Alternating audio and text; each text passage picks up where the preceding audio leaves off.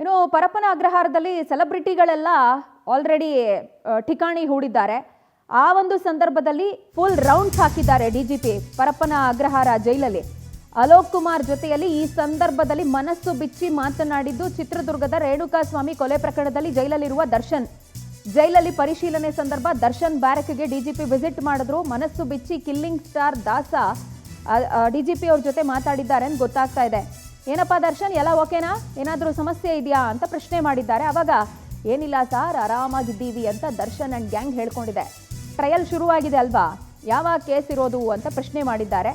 ಆವಾಗ ದರ್ಶನ್ ಕೊಲೆ ಕೇಸಿನ ಟ್ರಯಲ್ ಶುರುವಾಗಿದೆ ಸರ್ ಅಂತ ಉತ್ತರ ಕೊಟ್ಟಿದ್ದಾರೆ. ಇನ್ನು ದರ್ಶನ್ಗೆ ಕೊಟ್ಟಿರೋ ಸೌಲಭ್ಯಗಳ ಬಗ್ಗೆ ಕೂಡ ಅಲೋಕ್ ಕುಮಾರ್ ಪ್ರಶ್ನೆ ಮಾಡಿದ್ದಾರೆ. ಈ ಸಂದರ್ಭ ಯಾವುದೇ ಕುಂದು ಕೊರತೆಯನ್ನ ನಟ ದರ್ಶನ್ ಹೇಳ್ಕೊಂಡಿಲ್ಲ ಅನ್ನುವಂಥದ್ದು ಗೊತ್ತಾಗ್ತಾ ಇದೆ. ನಾವು 5 ಜನ ಈ ಬ್ಯಾರಕ್ಕಲ್ಲಿರೋದು, ಈ ಸೆಲ್ಲಲ್ಲಿರೋದು, ನಾವೆಲ್ಲರೂ ಆರಾಮಾಗಿದ್ದೀವಿ ಅಂತ ಕಿಲ್ಲಿಂಗ್ ಸ್ಟಾರ್ ಹೇಳ್ಕೊಂಡಿರುವಂತಹ ಡೀಟೇಲ್ಸ್ ಸದ್ಯ ಲಭ್ಯ ಆಗ್ತಾ ಇದೆ. ಒಂದಷ್ಟು ದಿನ ಚಳಿ ಆಗ್ತಾ ಇದೆ, ನೆಲದಲ್ಲಿ ಮಲ್ಕೊಳಕ್ಕಾಗ್ತಾ ಇಲ್ಲ, ಬೆಡ್ಶೀಟ್ ಕೊಟ್ಟಿಲ್ಲ, ಹಾಸಿಗೆ ಕೊಟ್ಟಿಲ್ಲ, ದಿಮ್ ಕೊಟ್ಟಿಲ್ಲ ಅಂತೆಲ್ಲ ಬೇಕಾದಷ್ಟು ಕಾಂಟ್ರವರ್ಸಿಗಳಾಗಿತ್ತು. ಕೋರ್ಟಿಗೆ ಹೋಗಿದ್ರು. ಸೊ ಫೈನಲಿ ಕೋರ್ಟ್ ಆರ್ಡರ್ಸ್ ಆದ್ರೂ ನನಗೆ ಸೌಲಭ್ಯ ಕೊಟ್ಟಿಲ್ಲ ಅನ್ನುವಂಥ ಮಟ್ಟಕ್ಕೆ ದರ್ಶನ್ ಬಂದಿದ್ರು. ಬಟ್ ಈಗ ಡಿಜಿಪಿ ವಿಸಿಟ್ ಮಾಡಿ ಅವ್ರನ್ನ ಪ್ರಶ್ನೆ ಮಾಡಿದಂಥ ಸಂದರ್ಭದಲ್ಲಿ ಏನು ಸಮಸ್ಯೆಗಳೇ ಇಲ್ಲ ಅಂತ ಹೇಳ್ಕೊಂಡಿದ್ದಾರೆ ಅಂತ ಗೊತ್ತಾಗ್ತಾ ಇದೆ. ಈ ಬಗ್ಗೆ ಹೆಚ್ಚಿನ ಡೀಟೇಲ್ಸ್ ಕೊಡೋದಕ್ಕೆ ನಮ್ಮ ಪ್ರತಿನಿಧಿ ವೆಂಕಟೇಶ್ ನಮ್ಮೊಂದಿಗೆ ಲೈವ್ ನಲ್ಲಿ ಕನೆಕ್ಟ್ ಆಗ್ತಾ ಇದ್ದಾರೆ. Venkatesh, very good morning. Parappana Agrahara jail, especially Parappana Agrahara resort ಆಗಿ ಪರಿಣಮಿಸ್ಬಿಟ್ಟಿತ್ತು. ಐಷಾರಾಮಿ ಸೌಲಭ್ಯಗಳೆಲ್ಲ ಇತ್ತು. ಬಟ್ ಇನ್ನು ಮುಂದೆ ಅದಕ್ಕೆ ಕಡಿವಾಣ ಬೀಳುತ್ತೆ ಅನ್ನುವಂಥ ಒಂದು ಆಶಾಭಾವನೆ, ಬಿಕಾಸ್ ಖಡಕ್ ಆಫೀಸರ್ ಈಗ ಇನ್ಚಾರ್ಜ್ ಅಂತ ತಗೊಂಡಿದ್ದಾರೆ. ಈ ಸಂದರ್ಭ ಬಹಳ ಹೈಲೈಟ್ ಆಗ್ತಾ ಇರೋದು ದರ್ಶನ್ ನಾವೆಲ್ಲ ಬಹಳ ಆರಾಮಾಗಿದ್ದೀವಿ ಅಂತ ಹೇಳ್ಕೊಂಡಿರೋದು. ಹಾಗಾದ್ರೆ ಎಲ್ಲ ಸೌಲಭ್ಯಗಳು ಕರೆಕ್ಟಾಗಿ ಸಿಕ್ಕಿದ್ಯಾ? ಯಾವೆಲ್ಲ ಸ್ಟ್ರಿಕ್ಟ್ ಆಕ್ಷನ್ಸ್ ಇನ್ನು ಮುಂದೆ ಆಗ್ಬೋದು?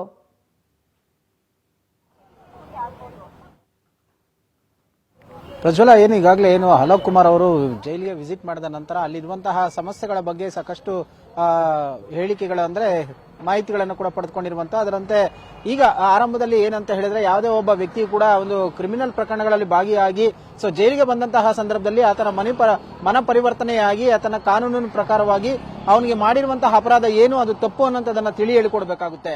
ಸೊ ಆ ನಿಟ್ಟಿನಲ್ಲಿ ಕೂಡ ಆತನ ಹೊರಗಡೆ ಬಂದ ಮೇಲೆ ನಾರ್ಮಲ್ ಆದಂತಹ ಲೈಫ್ ಅನ್ನ ಲೀಡ್ ಮಾಡಬೇಕು. ಅದನ್ನ ಬಿಟ್ರೆ ಇಲ್ಲಿ ಒಳಗಡೆ ಜೈಲಿಗೆ ಹೋದಂತಹ ಸಂದರ್ಭದಲ್ಲಿ ಕ್ರಿಮಿನಲ್ಗಳು, ರೌಡಿ ಶೀಟರ್ಗಳು, ಈ ಡಕಾಯಿತಿ ಕೇಸ್ಗಳಲ್ಲಿ ಒಳಗಡೆ ಬಂದಿರುವಂತಹ ಎಲ್ಲರ ಸಹವಾಸದಿಂದ ಅವನು ಹೊರಗಡೆ ಬಂದ ಮೇಲೆ ಮತ್ತಷ್ಟು ಕ್ರಿಮಿನಲ್ ಆಕ್ಟಿವಿಟಿಗಳಲ್ಲಿ ಭಾಗಿಯಾಗುವ ಸಾಧ್ಯತೆಗಳಿರೋದ್ರಿಂದಾಗಿ ಮೊದಲ ಒಂದು ಪ್ರಕರಣಗಳಲ್ಲಿ ಅವರು ಜೈಲಿಗೆ ಸೇರಿದಂತ ವೇಳೆಯಲ್ಲಿ ಅವ್ರನ್ನ ಪ್ರತ್ಯೇಕವಾಗಿ ಇಡುವಂತಹ ಕೆಲಸ ಮಾಡೋದಕ್ಕೆ ಕೂಡ ಈಗ ಮುಂದಾಗಿರುವಂತದ್ದು. ಯಾಕಂತ ಹೇಳಿದ್ರೆ ಈ ದರೋಡೆ ಆಗಿರ್ಬೋದು, ಅತ್ಯಾಚಾರ ಸೇರಿದಂತೆ ಈ ವಿವಿಧ ಆಯಾಮಗಳಲ್ಲಿ ಅಂದ್ರೆ ಬೇರೆ ಬೇರೆ ಪ್ರಕರಣಗಳಲ್ಲಿ ಕೇಸ್ಗೆ ಸಂಬಂಧಪಟ್ಟಂತ ಜೈಲಿಗೆ ಹೋದಂತ ವೇಳೆಯಲ್ಲಿ ಅವ್ರನ್ನ 3 ವಿಭಾಗಗಳಾಗಿ ವಿಂಗಡಿಸಿ ಅವರನ್ನ ಸಪರೇಟ್ ಆಗಿ ಇಟ್ಟು ಅವರಿಗೆ ತಿಳಿ ಹೇಳಬೇಕು ಕಾನೂನು ಪ್ರಕಾರ ಈ ರೀತಿಯಾಗಿ ಮಾಡುವಂತಹದ್ದು ತಪ್ಪು ಅಂತ ಹೇಳಿ ಹೊರಗಡೆ ಬಂದ್ಮೇಲೆ ಅವ್ರನ್ನ ನಾರ್ಮಲ್ ಲೈಫ್ ಲೀಡ್ ಮಾಡೋದಕ್ಕೆ ಸಹಾಯಕಾರಿಯಾಗುವ ರೀತಿಯಲ್ಲಿ ಈಗ ಒಂದು ಹೇಳಿಕೆಗಳನ್ನ ಅಂದ್ರೆ ಅಲ್ಲಿರುವಂತಹ ಕೈದಿಗಳೇನಿದ್ದಾರೆ ಅವರಿಗೆ ತಿಳಿ ಹೇಳುವಂತ ಕೆಲಸಕ್ಕೆ ಅಧಿಕಾರಿಗಳಿಗೆ ಕೂಡ ಸೂಚನೆಯನ್ನು ಕೊಟ್ಟಿದ್ದಾರೆ. ಅದರ ಜೊತೆಗೆ ದರ್ಶನ್ ಕೇಸ್ಗೆ ಸಂಬಂಧಪಟ್ಟಂತೆ ಕೂಡ ದರ್ಶನ್ ಇರುವಂತಹ ಬೇರೆಗೆ ತೆರಳಿ ಅವರನ್ನು ಕೂಡ ಸಮಾಲೋಚನೆಯನ್ನು ಮಾಡಿದ್ದಾರೆ. ಯಾವುದೇ ರೀತಿಯಾದಂತಹ ಸಮಸ್ಯೆಗಳೇನಾದ್ರೂ ಇದೆಯಾ, ಕೇಸ್ಗೆ ಸಂಬಂಧಪಟ್ಟಂತೆ ಟ್ರಯಲ್ ಶುರುವಾಗಿದೆ,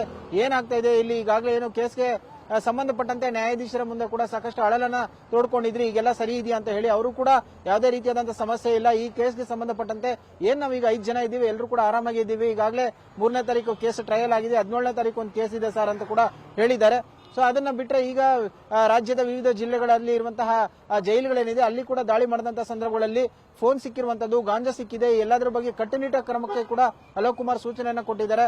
ಅಲ್ಲದೆ ನಿನ್ನೆ ಕೂಡ ಪರಿಶೀಲನೆ ಮಾಡುವಂತಹ ಸಂದರ್ಭದಲ್ಲಿ ಮೊಬೈಲ್ ರಿಂಗ್ ಆಗಿದೆ, ಆಗ 2 ಮೆಸೇಜ್ಗಳು ಕೂಡ ಬಂದಿದೆ, ಅದರಿಂದ ಪರಿಶೀಲನೆ ಕೂಡ ಮಾಡಿದ್ದಾರೆ. ಮತ್ತೆ ಈ ಜಾಮರ್ ಮೇಂಟೆನೆನ್ಸ್ ಮಾಡುವಂತಹ ಅಧಿಕಾರಿಗಳಿಂದ ಅವ್ರನ್ನು ಕರೆಸಿ ಅವರಿಂದ ಕೂಡ ಏನಾಗಿದೆ ಸಮಸ್ಯೆ ಅನ್ನೋದ್ರ ಬಗ್ಗೆ ಕೂಡ ತಿಳ್ಕೊಂಡಿದ್ದಾರೆ. ಯಾಕಂದ್ರೆ ಅಕ್ಕಪಕ್ಕ ಜೈಲಿನ ಸುತ್ತಮುತ್ತ ಇರುವಂತಹ ನಿವಾಸಿಗಳಿಗೂ ಕೂಡ ಇದರಿಂದ ಸಾಕಷ್ಟು ಸಮಸ್ಯೆಗಳಾಗ್ತಾ ಇದೆ. ಆ ರೀತಿಯಾಗಿ ಆಗದೇ ಇರುವ ರೀತಿಯಲ್ಲಿ ಕೂಡ ಕ್ರಮವನ್ನು ತೆಗೆದುಕೊಳ್ಳಬೇಕು ಅನ್ನೋದು ಕೂಡ ಈಗ ಅಧಿಕಾರಿಗಳಿಗೆ ಸೂಚಿಸಿದ್ದಾರೆ. ಆ ನಿಟ್ಟಿನಲ್ಲಿ ನಿನ್ನೆ ಜೈಲಿಗೆ ವಿಸಿಟ್ ಮಾಡಿ ಬಂದಿದ್ದಾರೆ.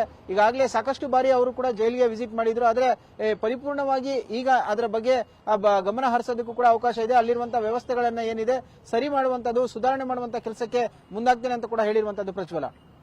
ವೆಲ್ ವೆಂಕಟೇಶ್, ಥ್ಯಾಂಕ್ ಯು ತಮ್ಮೆಲ್ಲ ಡೀಟೇಲ್ಸ್ಗೆ.